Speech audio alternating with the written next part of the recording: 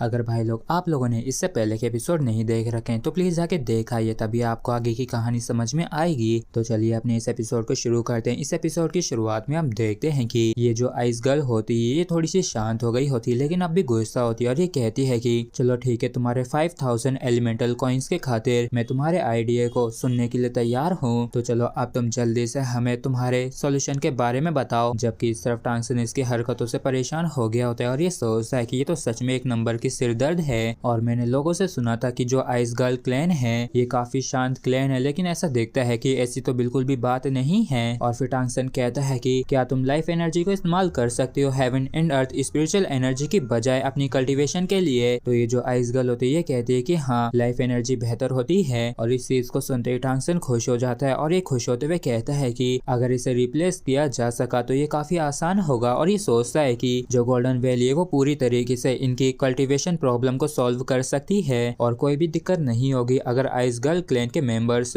हर कुछ समय के बाद गोल्डन वैली के अंदर आके कल्टीवेट कर सके। हालांकि जो गोल्डन वैली है वो नॉर्थलैंड से काफी ज्यादा दूर है और ऐसा सिर्फ टेलीपोर्टेशन एरे को बना के ही पॉसिबल हो सकता है। और टांगसन ने जो बड़ा सा पीस जीता था स्पेस टाइम पगोडा का वो आराम से काफी होगा एक सुपर डिवाइन टूल को रिफाइन करने के लिए। और वैसे तो टांगसन की जो करंट कल्टीवेशन लेवल है वो काफी कम है, लेकिन अब भी ये काफी अहम भूमिका निभा सकता है। बस इसे कुछ समय और बाकी के मटेरियल्स की जरूरत होगी। और फिर टांगसन तुरंत ही हुआंग बिंग को एक टेलीपोर्टेशन एरे बनाने के आइडिया के बारे में बताता है। और वैसे तो ये आइस गर्ल क्लैन के कल्टीवेशन प्रॉब्लम को सॉल्व कर सकता है, लेकिन इससे रिप्रोडक्शन और इनहेरिटेंस प्रॉब्लम सॉल्व नहीं हो सकती है। और आइस गर्ल क्लैन कहती है कि वर्तमान में आइस गर्ल क्लैन के अंदर 1000 से भी कम मेंबर्स हैं और उनमें से भी सिर्फ 20 ही गॉड लेवल के पावर हाउसेस हैं। तो टांगसन कहता है कि आप लोगों का जो रिप्रोडक्शन और इनहेरिटेंस का इशू है उसे लेके मेरे पास एक काफी खतरनाक सा आइडिया है, लेकिन तुम्हें वादा करना होगा कि उसे सुनने के बाद तुम गुस्सा नहीं होगी। तो ये पूछती है कि आखिर क्या आइडिया है। तो टांगसन सोच विचार करते हुए कहता है कि शायद ये आइडिया तुम आइस गर्ल्स को नाराज कर सकता है, लेकिन प्लीज पहले मेरी बात को मुझे खत्म करने देना और अगर तुम सहमत ना हो तो बस मना कर देना, लेकिन बस गुस्सा मत होना। तो ये कहती है कि चलो ठीक है, बताओ क्या है वो। तो टांगसन कहता है कि तो फिर ठीक है, मैं बताने वाला हूँ, लेकिन गुस्सा मत होना। तो ये छोरी कहती है कि अरे भाई कह भी दे। और टांगसन कहता है कि हम इंसानों को सिर्फ 10 महीने ही लगते हैं एक बच्चे को जन्म देने में, और हमारा जो गेस्टेशन पीरियड है वो तुम्हारे वालों का सिर्फ 1% है। मतलब कि जहाँ पे तुम लोगों को 100 साल लग रहे हैं वहाँ पे हमें सिर्फ 1 साल ही लगता है। और मेरे साथी की जो सिचुएशन है, तो मेरा ये आइडिया था कि हम इंसान और तुम आइस गर्ल क्लैन को कंबाइन कर दिया जाए। थ्योरेटिकली सिर्फ ये 1 साल ही लगेगा तुम्हारे आइस गर्ल क्लैन के मेंबर्स की संख्या को दुगनी करने में। और टांगसन की इस बात को सुन के आइस गर्ल को काफी ज्यादा गुस्सा आ जाता है और ये चिल्लाते हुए कहती है कि आखिर तुमने ये क्या कहा, तुम्हारी हिम्मत कैसे हुई ऐसा कहने की भी, मैं सच में अब तुम्हारी जान ले लूंगी। तो टांगसन कहता है कि तुमने मुझसे वादा किया था कि तुम गुस्सा नहीं होगी और इतना ज्यादा गुस्सा मत हो, मैं तो बस एक सजेशन ही दे रहा हूँ और ये जरूरी नहीं है कि तुम लोग इस चीज के लिए एग्री ही करो और नहीं तुम लोगों पे कोई इस चीज के लिए जोर डाल रहा है, मैं तो बस तुम्हें इस पॉसिबिलिटी के ही बारे में बता रहा हूँ। तो ये जो बिंग होती है थोड़ी गुस्से के साथ कहती है कि ये नामुमकिन है, तुम इंसान मोर्टल्स हो, हमारे पास मिस्टीरियस आइस का स्पिरिचुअल फीटस है, तो ये जो कॉम्बिनेशन है यहाँ तक कि ये पॉसिबल भी कैसे हो सकता है। तो टांगसन कहते हैं कि अगर ये नामुमकिन है तो मेरे साथी का जन्म कैसे हुआ, और बेशक उसकी जो ब्लड लाइन पावर है वो तुम लोगों की जितनी प्योर नहीं है। और इस बात को सुन के और ये काफी हैरान परेशान होती है और टांगसन कहता है कि लेकिन तुम लोगों का जो फ्रोजन थ्रोन है वो तुम्हारी ब्लड लाइन को प्यूरिफाई कर सकता है, तो अगर वो गॉड लेवल या फिर उससे ऊपर कल्टीवेट कर लेता है तो वो तुम्हारे क्लैन के मेंबर से अलग नहीं होगा। और इस तरीके से आइस गर्ल क्लैन से जो लड़कों का जन्म होगा वो फिर तुम्हारे क्लैन की फीमेल के साथ कंबाइन हो सकते हैं, जिसके बाद ये जो रिप्रोड्यूस करने की साइकिल होगी ये आराम से चलने लगेगी। तो इस तरीके से तुम लोगों को 10,000 साल पुराने मिस्टीरियस आइस की कोई भी जरूरत नहीं रह जाएगी। और जैसे बिंग सुनती है कि 10,000 साल पुराने मिस्टीरियस आइस की कोई भी जरूरत नहीं रह जाती है तो ये हैरान होते हुए सोचती है कि वैसे भी ये दिन पे दिन रेयर होते जा रहे हैं और इसे ऐसा करने की बिल्कुल भी कोई भी इच्छा नहीं होती है, क्योंकि ये आइस गर्ल क्लैन के खिलाफ नहीं जा सकती है। हालांकि टांगसन का जो प्लान है वो वास्तव में काफी कारगर है, लेकिन जो आइस गर्ल क्लैन है वो भी तो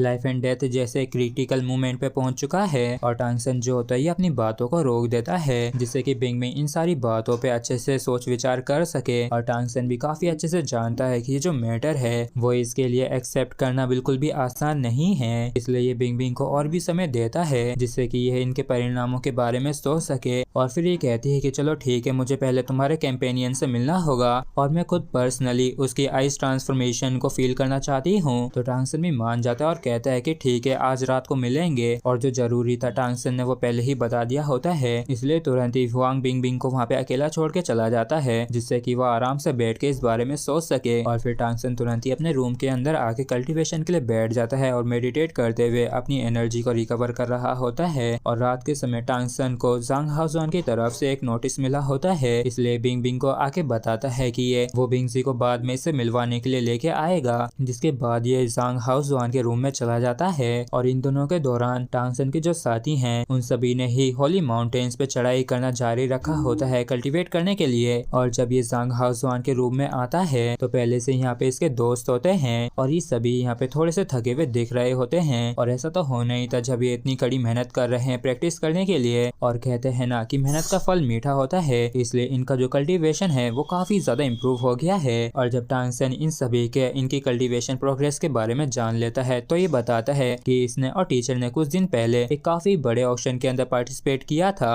और ये भी बताता है कि वहाँ पे इन्होंने स्पेस टाइम पगोड़ा और गोल्डन विंग्ड ग्रेट पैंग के ब्लड लाइन के ब्लड एसेंस को जीता है। और जैसे इस बारे में चेन सी चैंग और गुली को पता चलता है तो ये दोनों ही काफी ज्यादा खुश हो जाते हैं। और वैसे तो वो बिंगजी के लिए कोई भी ब्लड एसेंस सुटेबल नहीं था, इसलिए टांगसन इससे कहता है कि ये बाद में कुछ गुड न्यूज देगा। जबकि सभी जो दुबई होता है ये रोने लगता है और ये कहता है कि लिटिल टांग, ऐसा क्यों है कि मुझे ही एक लौते को गुड न्यूज नहीं मिली है। और अभी की जो टांगसन की करंट एबिलिटी है उसके दम पे ये किसी भी हाल में हेवनली फॉक्स से ब्लड एसेंस को हासिल नहीं कर सकता है, इसलिए ये दुबई के लिए भी कुछ भी नहीं कर सकता है। और ज़ांग हाओजुआन बताता है कि जो एंसेस्ट्रल कोर्ट एलाइट कंपटीशन है वो कुछ समय में शुरू होने वाला है और जो टॉप 10 होंगे उन्हें शायद एम्परर्स का टोकन मिलेगा। और हालांकि वैसे एंसेस्ट्रल कोर्ट ने कहा है कि सारी रेसेस पार्टिसिपेट कर सकती हैं, लेकिन तब भी इंसानों के लिए करना काफी मुश्किल होगा। तो टांगसन कहता है कि हमारे पास तो लाइगर स्वॉर्ड सेंट है जो कि इसमें पार्टिसिपेट करने के लिए काफी सुटेबल रहेगा और वो पहले ही एंसेस्ट्रल कोर्ट के लिए निकल चुका है, तो उसे अगले 2 दिनों के अंदर यहाँ पे आ जाना चाहिए। और इस चीज को सुन के मेयर जो होता है ये थोड़ा हैरान होता है और ये पूछता है कि तुमने जो पहले गॉड स्लिंग स्वॉर्ड ली थी तो क्या तुमने उसी के लिए ली थी, जिस पर टांगसन हामी भर देता है। तो इस चीज को सुन के मेयर काफी ज्यादा खुश हो जाता है, लेकिन बाकियों को बिल्कुल भी समझ में नहीं आता है कि आखिर बात क्या चल रही है। और क्योंकि टांगसन ने लाइगर क्लैन के विश्वास को जीत के उन्हें अपनी तरफ कर लिया है, तो अगर लाइगर क्लैन अगर गोल्डन लायन क्लैन के अंदर अपने पैर जमा पाया तो ये काफी पावरफुल बूस्ट होगा ह्यूमन रेस के लिए। और इसी रीजन की वजह से जो यंग मास्टर मई है वो भी पीकॉक क्लैन की इनहेरिटेंस के लिए लड़ रही हैं और बिल्कुल इनकी तरह ही लाइगर क्लैन को भी